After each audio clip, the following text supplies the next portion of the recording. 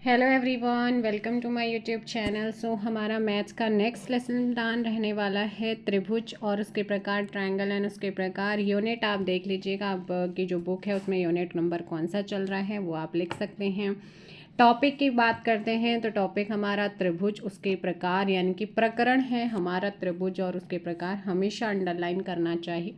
फिर उसके बाद आते हैं सामान्य उद्देश्य, मेजर कॉन्सेप्ट। तो यहाँ पर हमारे 4 पॉइंट है मेजर कॉन्सेप्ट के, सामान्य उद्देश्य।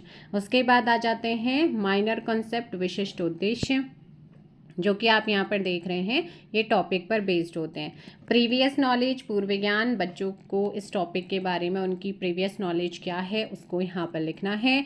उसके बाद आता है मोटिवेशन, यानी कि आपका शिक्षण सहायक सामग्री या सहायक सामग्री यानी कि टीचिंग एड्स, जो भी क्लास के अंदर हम यूज़ करते हैं।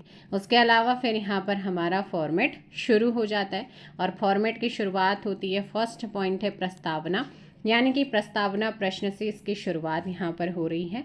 जब आप क्वेश्चन करते हैं तो वो इंट्रोडक्टरी क्वेश्चंस में या फिर आपका डेवलपिंग क्वेश्चन तो प्रश्नोत्तर विधि होती है।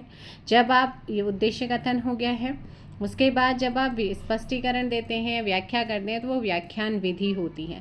सो भुजाओं के आधार पर त्रिभुजों के प्रकार यहाँ पर स्पष्टीकरण है। तो देख सकते हैं समबाहु त्रिभुज, समद्विबाहु त्रिभुज और विषम बाहु त्रिभुज।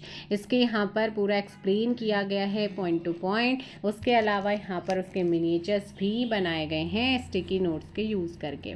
उसके बाद आपका विषम बाहु, फिर से आपका विकासात्मक प्रश्न बनेंगे, यानी कि आपका डेवलपिंग क्वेश्चंस बनेंगे। और उसके बाद फिर एक और टीचिंग पॉइंट आएगा आपका कोणों के आधार पर त्रिभुज के प्रकार। सो कोण के आधार पर त्रिभुज के प्रकार, न्यून कोण, सम कोण, अधिक कोण। सो इनको यहाँ पर व्याख्या की गई है। सो आप देख सकते हैं न्यून कोण, सम कोण, अधिक कोण क्या होते हैं, इनके बारे में यहाँ पे लिखा गया था। उसके बाद आपका आ जाता है शामपट सारांश। शामपट सारांश के बाद जो नेक्स्ट पॉइंट है मूल्यांकन, और मूल्यांकन के प्रश्न आपके यहाँ पर आ जाते हैं। 2 क्वेश्चन आपके मूल्यांकन के हैं, ज़्यादा भी बना सकते हैं, आपके ऊपर डिपेंड करता है। फिर आ जाता है आपका होमवर्क यानी कि गृह कार्य, और यहाँ पर आपका शामपट सारांश भी लगा दिया गया है। ये आपका होमवर्क है, बच्चे से अपनी नोटबुक में नोट करेंगे और फिर उसके आंसर घर से लिख के लेके आएंगे। तो इसी के साथ त्रिभुज और उसके प्रकार वाला जो हमारा लेसन प्लान है वो कंप्लीट हो गया है। आपको ये वाला फॉर्मेट करना है, आप ये वाला करिए। आपको 46 लेसन प्लान मैथ्स के करने हैं तो आप वहाँ से भी उनको कॉपी कर सकते हैं। तो ये I hope so lesson plan आपके हेल्प कर रहे होंगे आपके लेसन प्लान बनाने में।